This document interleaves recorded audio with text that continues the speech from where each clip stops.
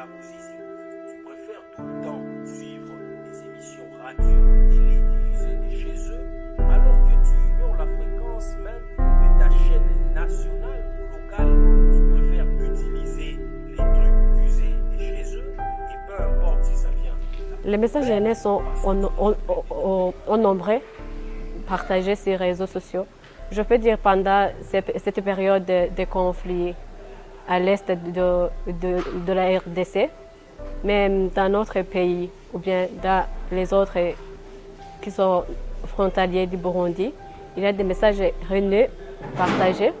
Je peux dire des messages concernant les conflits politiques, sociaux aussi, même des messages qui détruisent l'image des uns et des autres.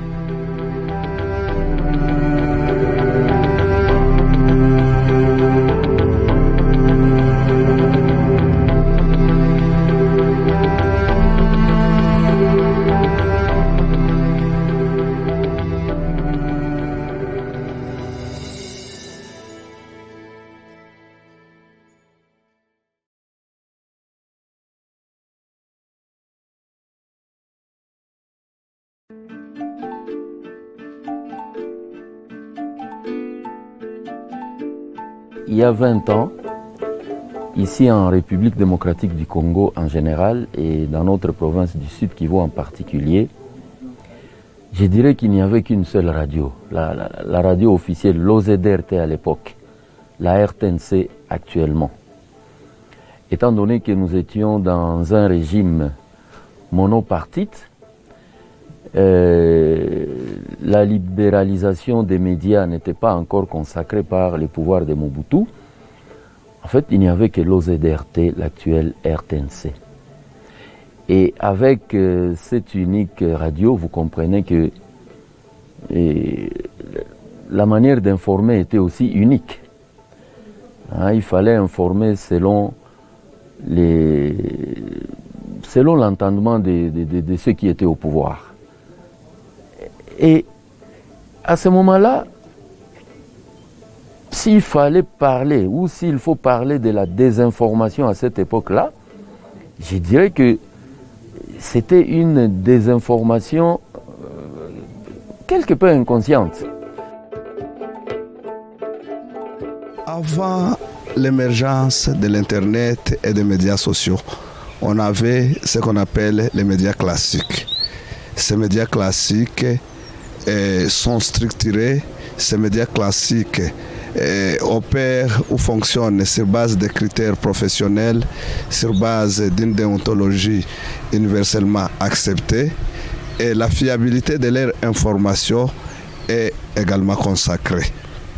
L'information est contrôlée, l'information est soutenue et sous-tendue par un professionnalisme et un sens critique, un sens de responsabilité, un sens de discernement, et il est également sous-tendu par des principes consacrés de collecte, d'analyse et de traitement d'informations qui confèrent à cette information une certaine confiance.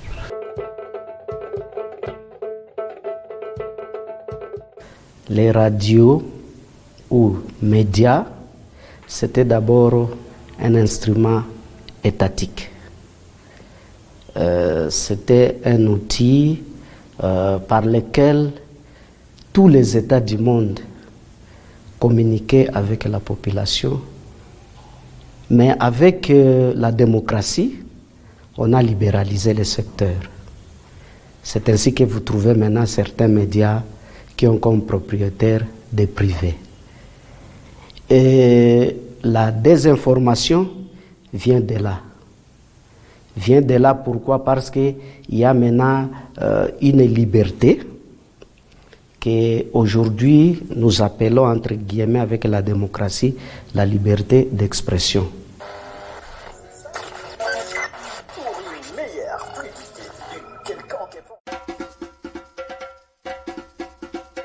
L'époque où la désinformation a pris le dessus, c'est l'époque de la nouvelle technologie de l'information et de la communication.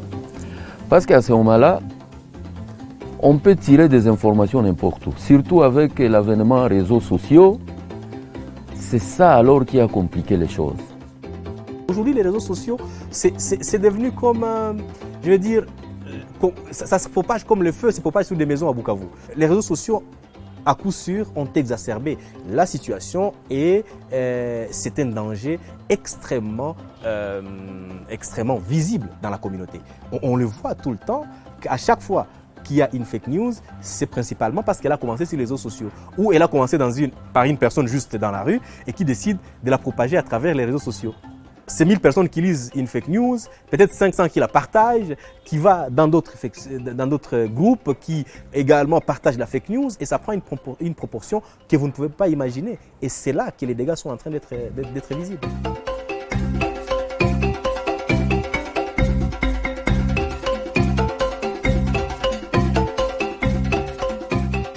La désinformation ou la manipulation des informations a toujours des conséquences négatives énormes sur la population. Si les faits ne sont pas réels, si les faits sont manipulés, dans un écosystème et dans un contexte de la guerre et de la violence, ça aboutit absolument à des tensions, à des divisions, avec toutes les conséquences néfastes connexes.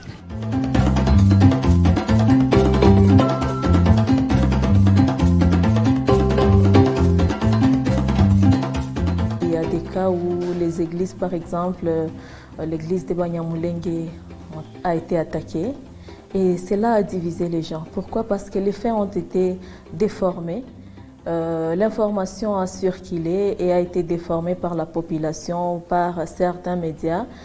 Parce que les médias aussi, quand ils ne censurent pas les informations, quand ils ne contrôlent pas de près les informations récoltées ou vérifier les sources fiables, souvent il y a des débordements et la population aujourd'hui avec l'accès facile à l'Internet et la manipulation des réseaux sociaux, tout le monde aujourd'hui se constitue à un journaliste, peut se mettre chez lui, il lance un message qui constitue une bombe et il y a des soulèvements de la population et tout cela divise les gens. Pourquoi? Parce qu'il y a la déformation de faits. Là même aujourd'hui, il y a un tweet avec une image qui sont en train de circuler sur les réseaux sociaux, différents réseaux sociaux, que ce soit WhatsApp, dans les groupes WhatsApp, qui est relayé dans les groupes WhatsApp. Il y a sur Twitter, c'est en train de faire un gros débat. C'est quelqu'un qui a initié une je ne sais pas, peut-être qu'il veut, c'est un Rwandais qui veut venir ici au Burundi pour organiser un événement, mais juste pour avoir écrit Urundi-Rwanda. C'est en train de... Ça a déjà créé des camps qui sont en train de faire un débat. Donc, un débat, c'est s'insulter, ce n'est pas un débat rationnel, ce n'est pas un débat qui est relativisé, mais c'est des gens qui sont en train de s'insulter. D'une part, il y a des Burundais qui estiment que ce genre de message, c'est une appellation qui est pour dénigrer les Burundais, parce que dire Urundi, Rwanda, on sait que pendant la période coloniale, le Burundi a été appelé Urundi, et maintenant ce n'est plus Urundi, c'est Burundi.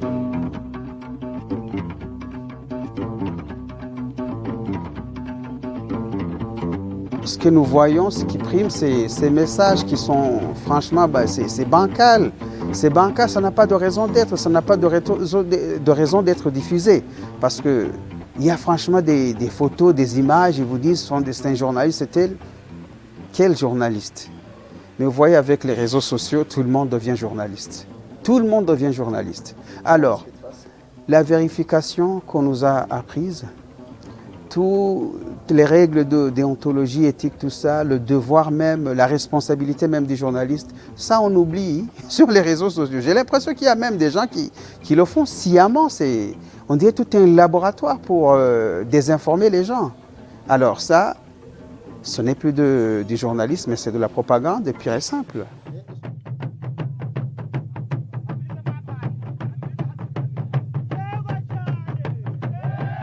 Les journalistes ne tombent pas dans la désinformation, pas seulement par ignorance. C'est également peut-être parce qu'ils ont certains journalistes mais au Sud Kivu, on sent quand même une tendance à vouloir être professionnel, mais on sent que la volonté, il y a ce qui est fait à volonté.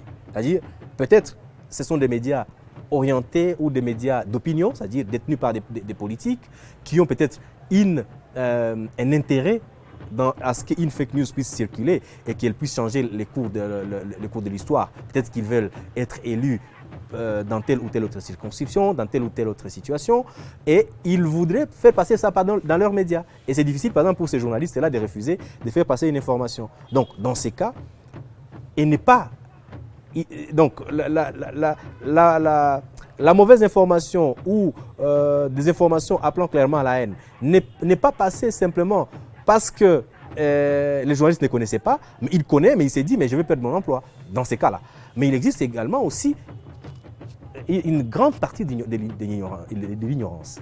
Comme je suis blogueuse, je cherche à donner des informations, disons vraies et vérifiées, pour que ceux qui tombent sur des informations des gens mal intentionnés, qui publient ces informations, je donne des informations pour retourner aux consciences que ces informations partagées ou bien propagées dans les différentes plateformes qui ne sont pas vraies et qu'il ait la conscience de discerner si son message est vrai ou bien n'est pas vrai. Pour une meilleure fluidité d'une quelconque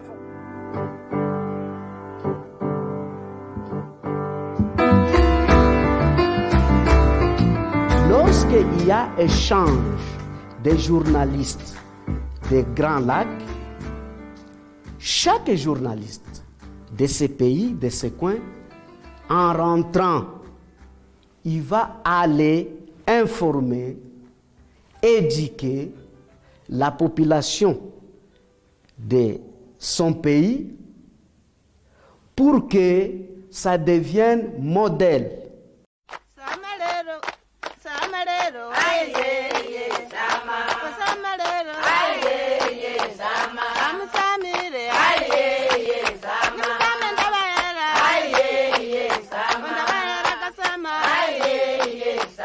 Ça fait longtemps, en tout cas, depuis d'ailleurs que j'ai commencé les métiers, je suis dans le journalisme sensible au conflit. J'étais dans la dynamique avec la radio RPA du Burundi, la radio Izuba du Rwanda. En tout cas, on a travaillé sur la thématique dans notre région de Grand Lac avec le partage des informations, avec la production de programmes qui bannissent en tout cas cette désinformation, les conflits dans la sous-région de Grand Lac, les stéréotypes entre les communautés. Et moi, j'ai trouvé que c'était une bonne approche. En plus, c'est un projet qui travaillait sur comment bannir les stéréotypes. Aujourd'hui, vous pouvez voir par exemple un Rwandais et vous généralisez.